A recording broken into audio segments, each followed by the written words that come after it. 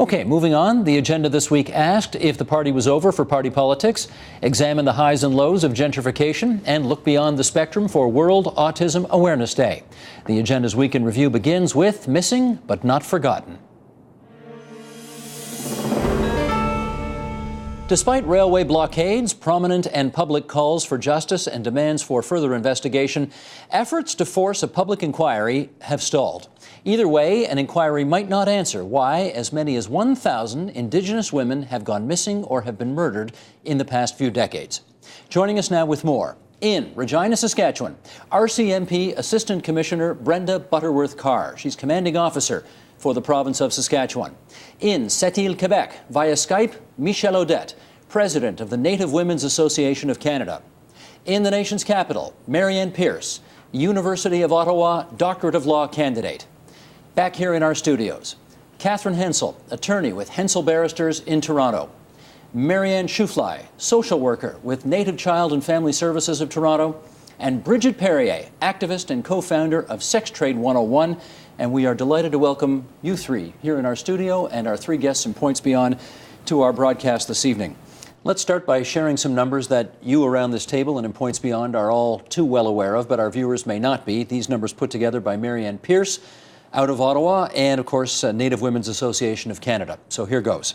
From 1950 to 2014, missing and murdered women and girls in Canada, all Canadian women, slightly over 4,000. Aboriginal women, 883. Aboriginal women made up 21.8% of the cases tracked. Let's keep going. From the Native Women's Association of Canada, Aboriginal women represent just 3% of Canada's female population, but from 2000 to 2008, they represented 10% of female homicides in Canada, clearly a disproportionate amount. And only half, roughly, of murder cases involving Aboriginal women in Canada are solved. We want to explore that tonight. Michelle, let's bring you in here first. Why are Aboriginal women more likely than the rest of the population to go missing or be killed?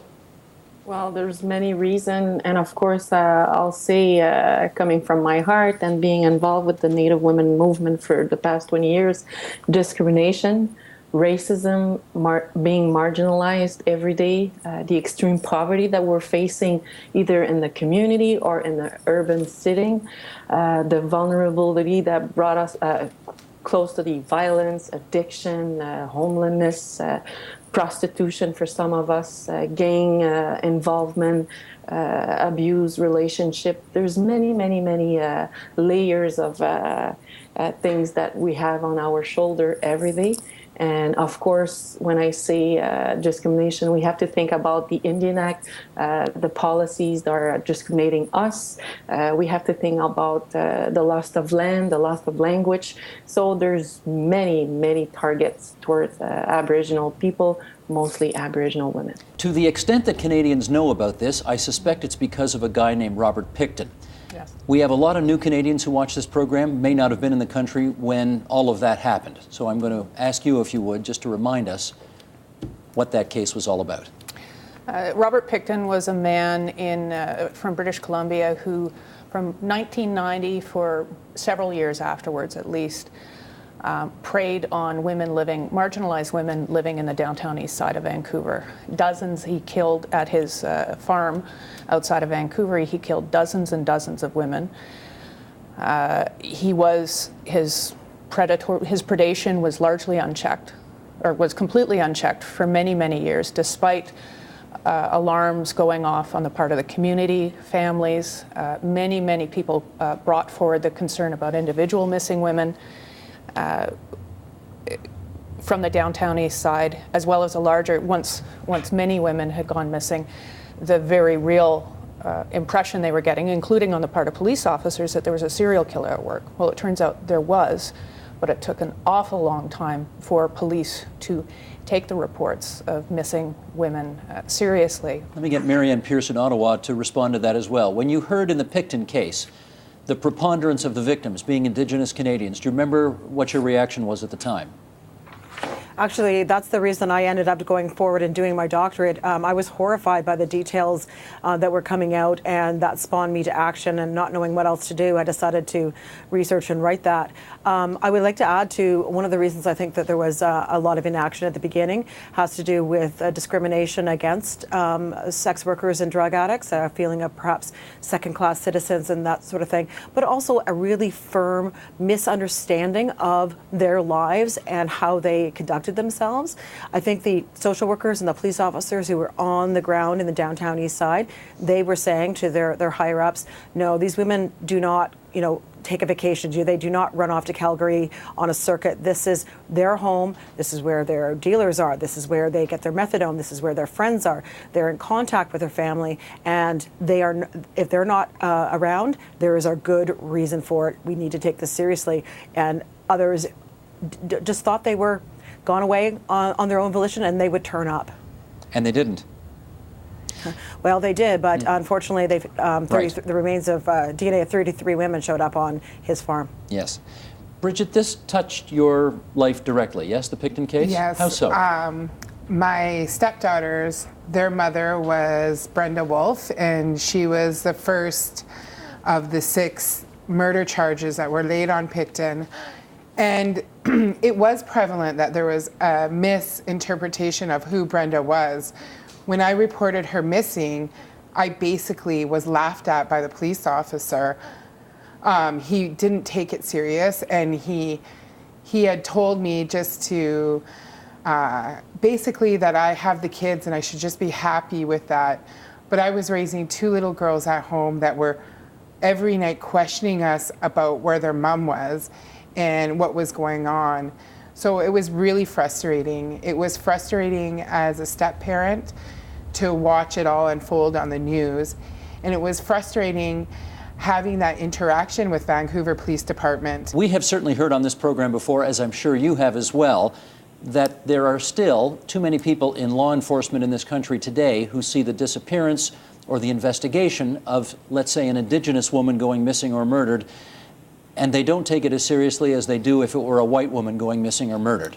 We've heard that. Could you respond to that? No, and absolutely. And organizationally, we've certainly heard that too. But I can say on behalf of the RCMP, the initial research that we did and the collaboration that we have with the Native Women's Association of Canada, and certainly the research that Mary has conducted, and being able to reconcile the investigations of our outstanding homicide investigations, unsolved homicide investigations, or even our missing persons, there's a lot of energy that's gone towards ensuring that we're accountable. Law enforcement, specifically within the RCMP, we're looking at task forces that are in place, whether it's in British Columbia, Alberta, Manitoba. I can speak candidly with regards to Saskatchewan and the fact that we have very consistent processes and how, when the complaints occur, we've got layers of accountability. So we have a full-time coordinator that reviews every single one of our missing persons and cases to ensure that it's done diligently, that as soon as that information comes into our custody, that it's followed up on.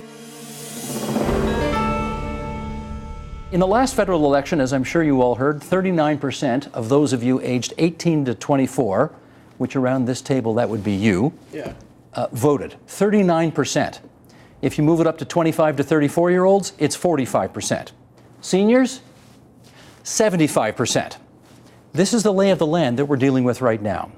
Let's read this. This is by Michelle Diggles from Political Explorers, published earlier this month. It goes, millennials are much more willing than previous generations to switch, even from their most favored brands, if they can get a better deal or more of the features they want. Millennials don't feel limited by brand loyalty, true in the marketplace of goods and services as well as politics. Millennials are pragmatic. They want to know what works and are willing to take ideas from each side. They eschew ideological purity tests of the past. Okay, let's just get some feedback to that. Based on, you hang around politics for a long time, that might be a positive development, isn't it? That you can't just count, you can't be stupid and expect everybody just to tail along. This is pretty well documented territory. I think parties have gone through a huge step down in the world, and they did many years ago, actually. I think I see there being 2 steps to what's happened to parties. First was the broadcast age, which actually created a direct relationship between voters and leaders as people. That did a lot to take the influence of parties away.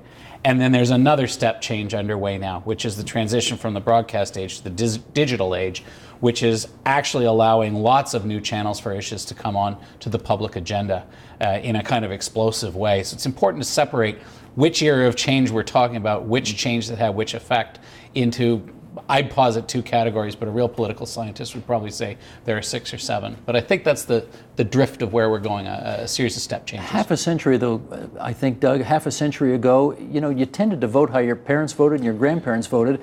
Maybe the millennials have got it right. That kind of brand loyalty doesn't make sense anymore. I think these declining numbers we're seeing are a symptom of a more positive development.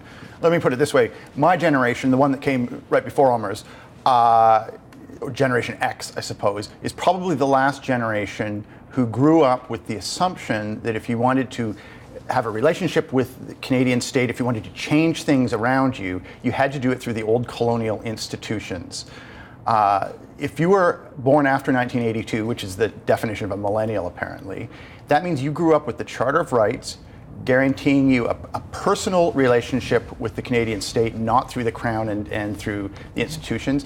And you grew up with social media, with the internet, with communication technology that allowed you to directly and quickly communicate with things, rather than having to go through something like membership in a political party in a Westminster system, which is about 3 or 4 or 5 stages removed from any direct effect on the world around you. How much brand loyalty, as we're calling it tonight, do you see among your colleagues? Not many. I mean, if the product that you're offering is faulty, people are going to switch. Look at what happening to BlackBerry.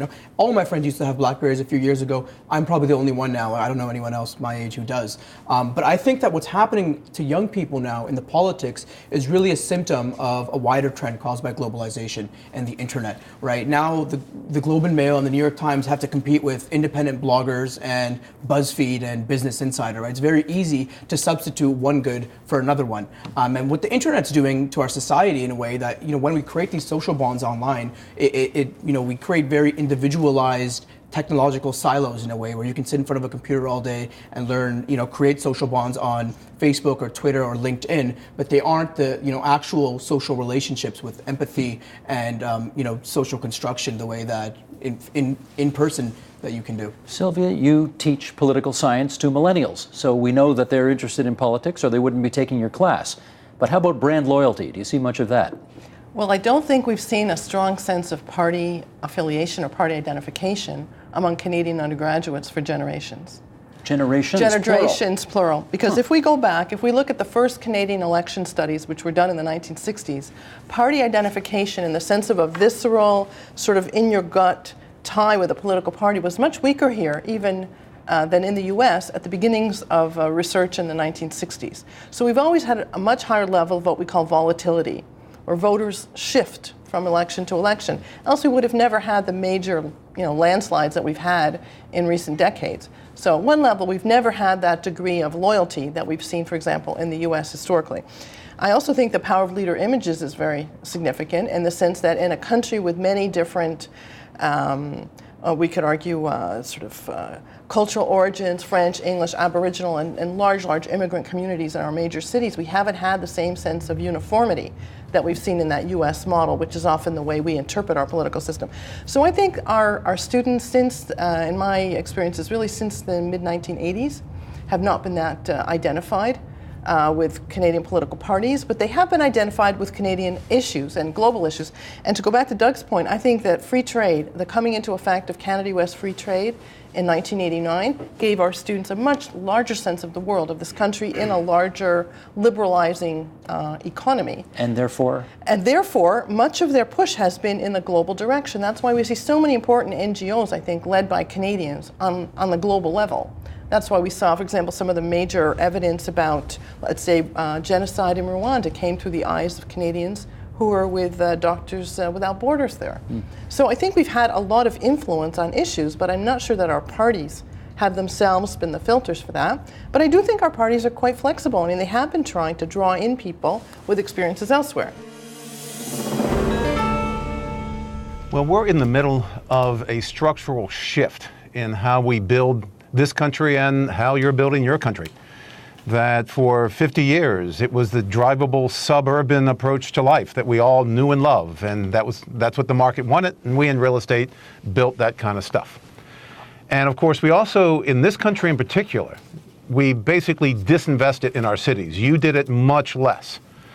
And of course, we also had a phenomenal crime problem in our cities. But starting in the early 90s, crime went down dramatically. We still don't know why, but it went down, thank goodness.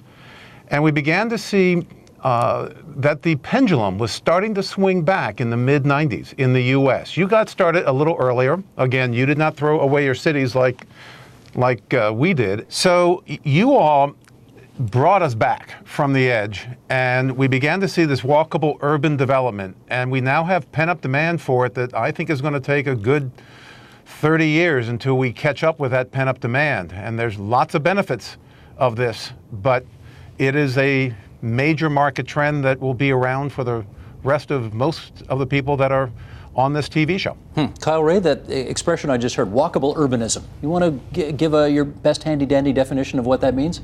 Walkable urbanism is the realization that neighborhoods can be successful, that people can walk to work, walk to entertainment, walk to their school, their kids can walk.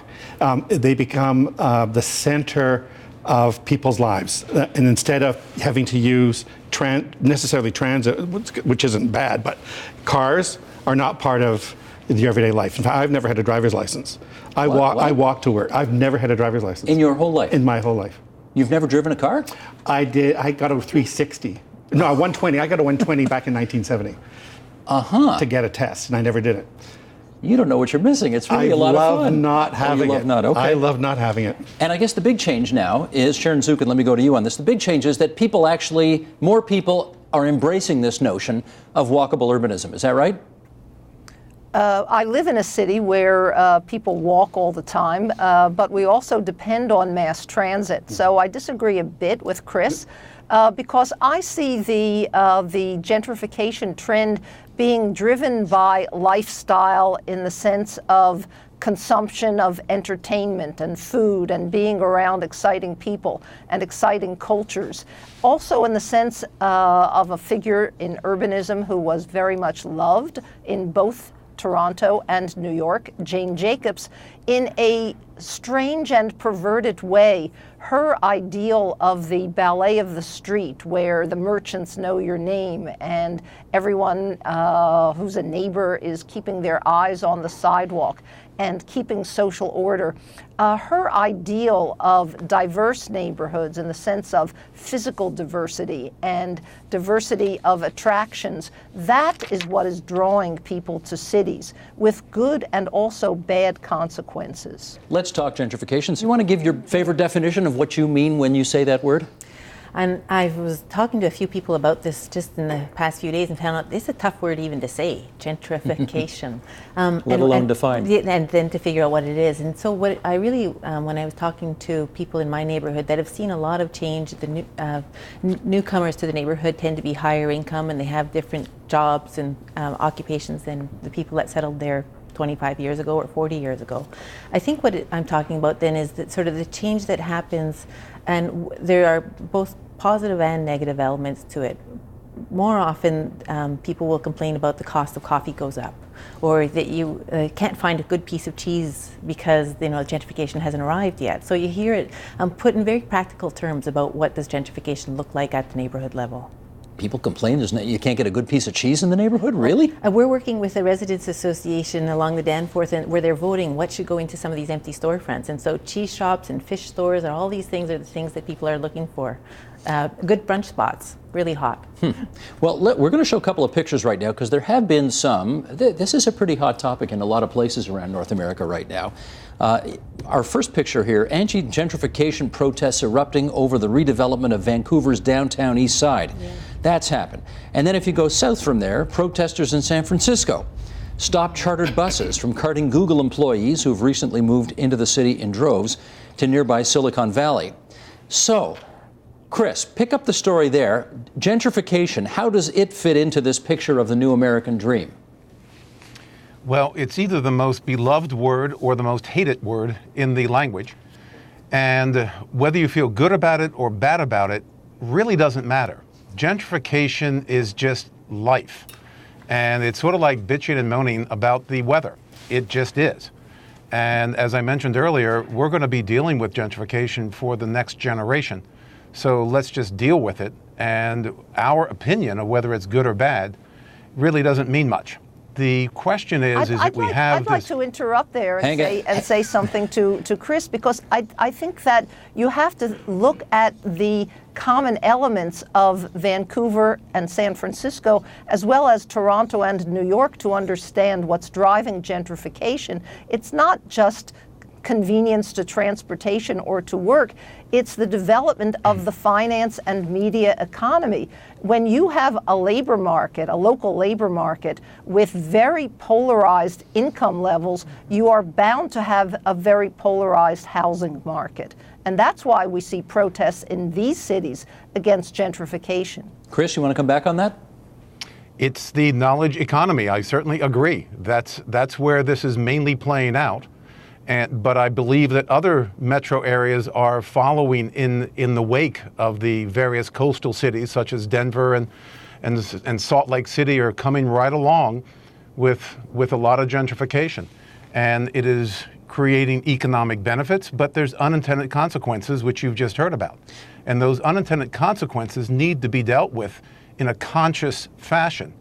We can no longer use presently we have an affordable housing strategy, particularly in this country, but it also applies up in Canada, but mainly in this country, that our current affordable housing strategy is drive until you qualify. Just keep on driving another 10, 20 miles, and you'll find something that you can afford. Of course, you'll be spending most of your income on transportation, i.e. cars, and you'll never see your kids. And you'll be polluting the planet while you go. I want to get Martine on this comment that you made earlier, which is, it's all well and good to be for or against gentrification. The fact of the matter, it just is. What's your view on that? It's just happening? It just is. It's like spinning in the wind. You can be against it all you want, but it's happening. Well, I think it's a great way to justify the continued gentrification of our urban landscapes by convincing everybody that we have no power to stop it. And I think I do agree with the last point that Chris made, is that we do need stronger affordable housing policies, because there are things that we can do to stop gentrification. This is a process that is based on policies that accept that market logics should determine how we build cities. Market logics should be adopted to allocate housing in cities. And that's why you get this drive till you qualify landscape of urban affordability. And so I think that there's plenty that we can do. And where I disagree with Chris is that it doesn't matter what we think. I think it matters tremendously what we think. Why would it be significant that Asperger's syndrome is no longer in the Bible, in the DSM? I think because it added a level of complexity that did more harm than good, I think. So families would spend a lot of time, for example, on a diagnostic odyssey, trying to understand whether their child had autism or Asperger's syndrome. And that would delay them getting into interventions, whereas in fact, the interventions weren't really driven by the diagnostic label, but actually were driven by their cognitive skills, their language skills, their communication skills. So I think what DSM-5 has done is sort of simplified the situation so that you've just got ASD and that's it. Let's not worry about what subtype or what a category it might be. So I think that's been a move in the right direction. Well, let me find out from Jennifer. Your son has Asperger's. Yes. Is the fact that Asperger's is no longer in the DSM, has that affected yours and his life at all? No, because he still qualifies under the diagnosis of ASD. So he still hits the criteria of having ASD. So whether you put that ASD label or the Asperger's label is inconsequential. Like Peter was saying, it's about access to services. As long as we continue to gain access to reasonable services, that's what that's all about. Okay. There are some jurisdictions, I was Steve, just going to follow up on that. If I can just make the point, where they impose arbitrary limitations on access. And they would say, for example, that somebody like Asperger would not get access to those services. Actually now removing it and saying everybody's got ASD allows those folks to get access to those services, which I think has been a benefit. Okay. Should we talk Magnus cards? Sure. I bet you'd like to. Let's watch I'd love to. Let's watch this video first, shall we? Okay. Watch the monitors here in the studios. Roll tape, please. Magnus cards provide step-by-step instruction on how to complete tasks. Tasks that would normally be roadblocks to independence. On each Magnus card, you can add text or photos in order to explain how to do an activity. So, for example, if you want to learn how to recycle, then you would take a picture of the blue bin, what goes in the blue bin, what goes in the green bin, what goes in the black bin, in order to understand the process of recycling. This would be so helpful for somebody with autism. For my son's future, I want him to be happy. I want him to have as much independence as he can possibly have. And I think for most parents with autism, that's their goal. Where'd you come up with this idea? In our living room, growing up with my brother. We used to play a lot of video games together, and every single game that we played, no matter how many times we played it, he wanted to refer to the official strategy guide. So I don't know if you guys know what that is, but it's like a detailed walkthrough of a stage. So then I started noticing he wanted to do the same thing with recipes when cooking with my mom. And then working as an ABA, Applied Behavior Therapist, with other people with autism, I began to notice the same trend. I think that it's because it affords them the structure that they need to fall back on to be able to act independently with freedom. How long's the app been out there? It's been out there about a month and a half, actually, live. But continue with the story. Oh, sorry, okay. Forgive me, Nadia. Didn't mean to rush you along there. I'm sorry. Okay, go ahead. So anyway, we grew up playing these games, and then I graduated from university. I worked in the field with other families affected by autism, and one day my brother graduated from high school, and I said, you know, there's really a lack of support out there for teens and young adults with autism, and he's my brother. I love him to death. Why don't I do something? Why don't I create the ultimate strategy guide for life? So any situation you can think of, let's create guides that walk them through, that they can go back on, that provides them that structure in real life, enabling them to function in society independently. Your organization supports this? Absolutely. How do you know it works? We did a trial. Yeah? Do you want me to talk about that, actually? Sure. Yeah. Apparently I interrupt this story again. Okay, go ahead. We did a trial with Autism Ontario York Region last summer, July to September 2012. 2013, my mistake. And basically we went in there, we used Magnus cards with their participants, and we tested to see who would be successful with across the spectrum. There's a huge spectrum, obviously. So we discovered through our study that people that were mid to high functioning were more capable of using it independently, and people that were low to mid functioning were more capable of using it with a little bit of support. So this character named Magnus, who is behind Magnus Cards and behind Magnus Mode, the company, is that support. He guides the user through the program. He's a friend, he's a tutor, he's a guide. Where'd you get the name from? I just like the name. It means great. Okay, right. It means great. Magnus, and then mode is a way of doing things. Great way of doing things. Okay. Anything else? Nope, go ahead. I don't want to interrupt again. If this is part of the good news of the story, I want to talk to you about some of the other side of the story, because I've read that you have described our autism support system in Ontario like Swiss cheese. What does that refer to? Well, I think that my journey's been a 17-year journey, and I think that we continue to improve. But when you get a diagnosis of autism, of any functioning, it's a terrifying event in your life as a parent and as a person, because you just want so much for your child, and now you're sort of concerned about what that outcome's going to be. So when you get this diagnosis, then it's very hard to know where to go, right? So I had a pediatrician who was a great pediatrician, well respected in my community, told me it was all in my head, right? My first diagnosis was of nonverbal learning disorder, not of Asperger's syndrome, right? You know, then you continue to struggle to get a diagnosis that fits, and it's ASD, and then you in your own mind go, well, what's the difference between ASD and Asperger's, and what's the difference between Asperger's and NLD? And you spend, like Peter said, all that time trying to understand what the diagnosis is and what it relates to, and instead of getting services. And then when you go to get services, there's no real single source of information. There's no sort of pathway to follow. There's no, okay, you have diabetes, and so these are the steps you need to take. Because everybody's on the spectrum, I suppose, is an influence on it, but you have to navigate the system by yourself as a parent. You've got to do all your own research. You've got to figure out the good from the bad. Complicated. Scary and complicated, absolutely. It is very complicated. One thing that I will notice that's very different from when Troy was diagnosed is that there's a vibrant online community now of parents who are coming together to help other parents. The other day I went into a parent support group through Magnus Mode, and I posted, I said, you know, my brother only eats off of white plates. Anybody ever heard of that? And then a parent actually reached out to me and she said, my son only eats off of black plates.